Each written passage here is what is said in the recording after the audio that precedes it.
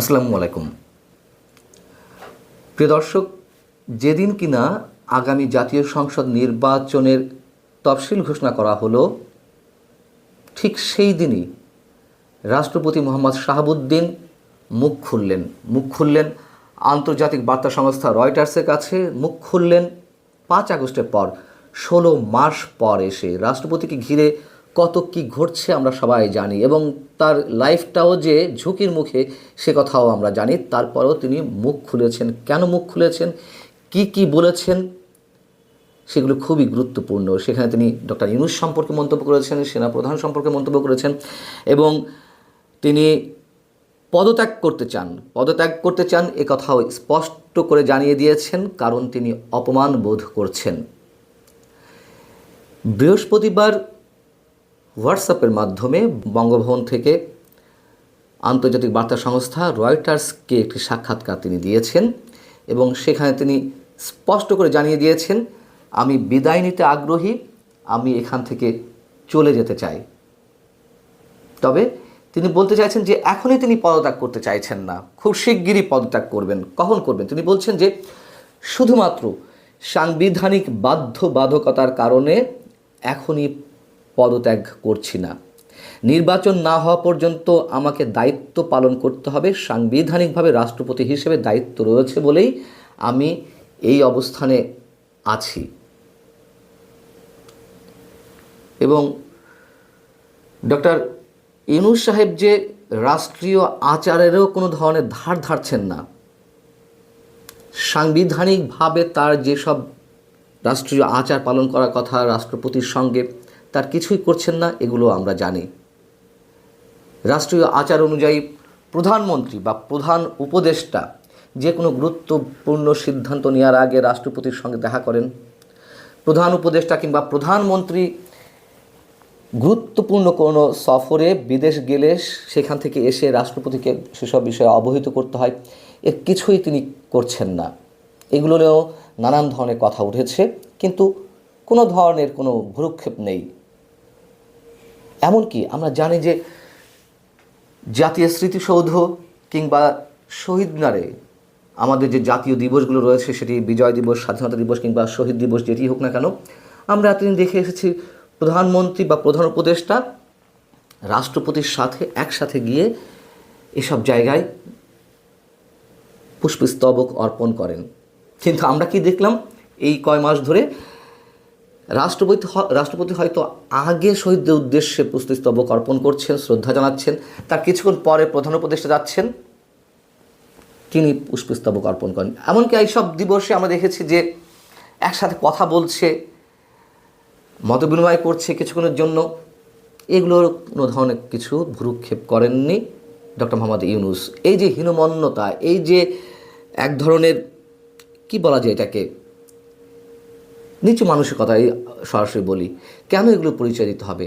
পছন্দ নাই থাকতে পারে, কিন্তু একজন যোগ্যতম ব্যক্তি, একজন শিক্ষিত ব্যক্তি, একটা রাষ্ট্রের বা সরকারের প্রধান হিসেবে কারো কাছ থেকেই তো আমরা এই ধরনের আচরণ প্রত্যাশা করতে পারি না। ঠিক এসব কারণেই রাষ্ট্রপতি অপমান বোধ করছেন। তিনি বলছেন যে গত 7 মাস ধরে প্রধান উপদেষ্টা ডক্টর মোহাম্মদ ইউনূস তার সাথে দেখা করেননি। এবং আরও ভয়ঙ্কর কথা, যে কথাটি এর আগে এই মানচিত্র চ্যানেলেই আপনাদের সামনে তুলে ধরা হয়েছে, যে রাষ্ট্রপতির প্রেস উইংও কেড়ে নেওয়া হয়েছে ডক্টর ইউনূস সরকারের পক্ষ থেকে। রাষ্ট্রপতির প্রেস উইং থাকবে না। রাষ্ট্রপতির যে কার্যাবলী, গুরুত্বপূর্ণ কার্যাবলী বা বিভিন্ন আচার অনুষ্ঠান, এগুলো সম্বন্ধে গণমাধ্যমকে ব্রিফ করার মতন কোনো প্রেস উইং তার নেই। এটি কল্পনা করা যেতে পারে?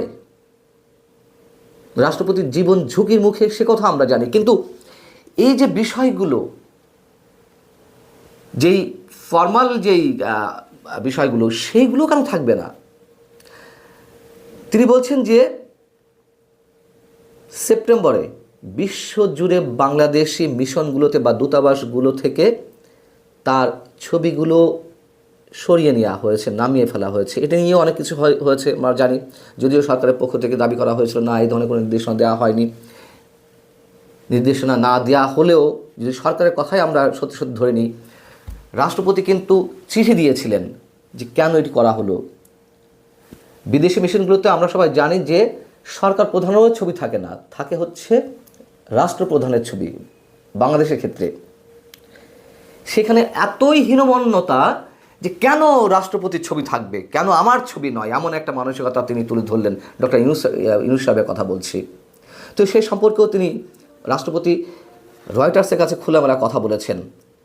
তিনি বলছেন যে রাষ্ট্রপতির প্রতিকৃতি ছিল, রাষ্ট্রপতির ছবি ছিল সমস্ত কনসুলেটে, দূতাবাস এবং হাই কমিশনে, এবং এটি হঠাৎ করে এক রাতেই মুছে ফেলা হয়েছে, সরিয়ে নেওয়া হয়েছে। মানুষের কাছে একটি ভুল বার্তা যাচ্ছে যে সম্ভবত রাষ্ট্রপতিকে সরিয়ে দেওয়া হচ্ছে। আমি অত্যন্ত অপমানিত বোধ করছি। এটাও সত্য কথা। যখন রাষ্ট্রপতির ছবি সরিয়ে নেওয়ার বিষয়গুলো আমাদের সামনে এলো, বিভিন্ন ইনফর্মাল ওয়েতে, পরবর্তীতে গণমাধ্যমে এলো, তখনই এই কথা বলেছিলাম, তাহলে কি রাষ্ট্রপতিকে সরিয়ে দেওয়া হচ্ছে? আমি নিজেই মন্তব্য করেছিলাম।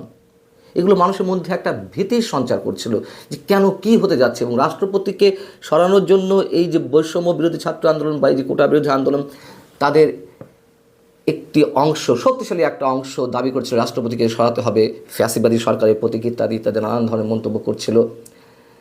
শুধুমাত্র সেনাপ্রধান এবং বিএনপির আপত্তির কারণে কিন্তু রাষ্ট্রপতিকে সরানো যায়নি। তো সেই যে ছবিগুলো সরিয়ে ফেলা হলো, সে সম্পর্কে জানতে চেয়ে রাষ্ট্রপতি চিঠিও দিয়েছিলেন সরকারের কাছে বা পররাষ্ট্র দপ্তরে। তিনি বলছেন যে ইউনূসকে প্রতিকৃতিগুলো সম্পর্কে চিঠি লেখা হয়েছিল, কিন্তু কোনো ব্যবস্থা নেওয়া হয়নি। আমার কণ্ঠস্বর দমন করা হয়েছে, তাকে তো কোথাও কথাও বলতে দেওয়া হয়নি। এমনটা মোটামুটি বলা যেতে পারে যে অবরুদ্ধ অবস্থায় তিনি আছেন এই 16 মাস। তিনি বলছেন যে চিঠি দেওয়া হয়েছিল রাষ্ট্রপতির ছবি বিদেশি মিশনগুলো থেকে সরিয়ে ফেলার জায়গা থেকে সরিয়ে ফেলার বিষয়ে। সে বিষয়ে ডক্টর ইউনূসের প্রেস উপদেষ্টারা মানে কোনো উত্তর তো দেননি, এবং রয়টার্স বলছে এ বিষয়েও আবার তাদের মন্তব্য জানতে চাওয়া হয়েছিল, কিন্তু ডক্টর মোহাম্মদ ইউনূসের প্রেস উপদেষ্টারা তাৎক্ষণিকভাবে কোনো মন্তব্য করতে চাননি বা প্রশ্নের উত্তর দেননি। সেনাপ্রধান জেনারেল ওয়াকারুজ্জামান সম্পর্কেও তিনি কথা বলেছেন খোলামেলা। রাষ্ট্রপতি বলছেন যে সেনাপ্রধান জেনারেল ওয়াকারুজ্জামানের সাথে তার নিয়মিত যোগাযোগ রয়েছে, এবং জেনারেল ওয়াকারের বাহিনী অর্থাৎ সেনাবাহিনী 2024 সালের আগস্টে শেখ হাসিনার বিরুদ্ধে প্রাণঘাতী বিক্ষোভের সময় একপাশে দাঁড়িয়েছিল, যা এই প্রবীণ রাজনীতিকের ভাগ্য নির্ধারণ করেছিল। রাষ্ট্রপতি শাহাবুদ্দিন বলছেন সেনাপ্রধান ওয়াকারুজ্জামান স্পষ্ট করে জানিয়ে দিয়েছেন ক্ষমতা দখলের তার কোনো ইচ্ছে নেই,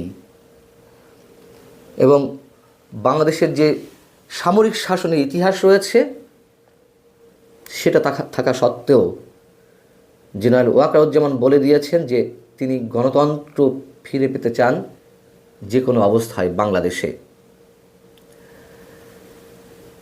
যেটি বলছিলাম যে ছাত্রদের একাংশ তার পদত্যাগের দাবি করছিল, কিন্তু কোনো রাজনৈতিক দল তার পদত্যাগ দাবি করেনি। বিএনপি সহ আরও যেসব রাজনৈতিক দল রয়েছে সে প্রসঙ্গে তিনি বলছেন, যদিও কিছু ছাত্র বিক্ষোভকারী প্রাথমিকভাবে আমাকে পদত্যাগের দাবি জানিয়েছিল, কিন্তু কোনো রাজনৈতিক দলই তাতে ভ্রুক্ষেপ করেনি। তিনি এই কথার দ্বারা কী প্রমাণ করতে চাইলেন?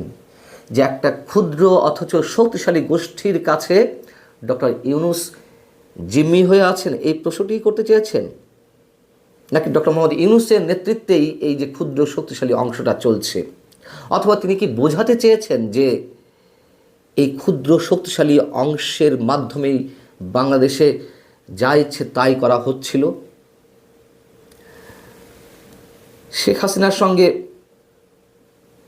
যোগাযোগ হয় কিনা সে প্রসঙ্গেও রয়টার্স সরাসরি জানতে চেয়েছিল যে আপনার সঙ্গে বাংলাদেশ থেকে চলে যাওয়া ভারতে আশ্রয় নেওয়া সাবেক প্রধানমন্ত্রী শেখ হাসিনার সঙ্গে যোগাযোগ হয় কিনা, কিন্তু রাষ্ট্রপতি শাহাবুদ্দিন তিনি এই প্রশ্নটি এড়িয়ে গেছেন। প্রথমেই যে মন্তব্যটি দিয়ে আমি শুরু করলাম, যেদিন বাংলাদেশের আগামী নির্বাচন নিয়ে অবশ্যই সে নির্বাচনটি যে প্রক্রিয়া হতে যাচ্ছে অবশ্যই বিতর্কিত নির্বাচন, অংশগ্রহণমূলক নির্বাচন, তো আর বলার কোনো স্কোপ নেই। যেহেতু আওয়ামী লীগ থাকছে না, আওয়ামী লীগের জোটভুক্ত অনেক রাজনৈতিক দল থাকছে না, যাই হোক সেই ধরনের একটি নির্বাচনের তফসিল ঘোষণা করা হলো। সেই দিনই আন্তর্জাতিক বার্তা সংস্থার কাছে রাষ্ট্রপতি শাহাবুদ্দিন সাহেবের এই মন্তব্যগুলো, খোলামেলা এই কথাগুলো বলা অবশ্যই অনেক কিছু ইঙ্গিত বহন করে। ভালো থাকুন সবাই, আল্লাহ হাফেজ।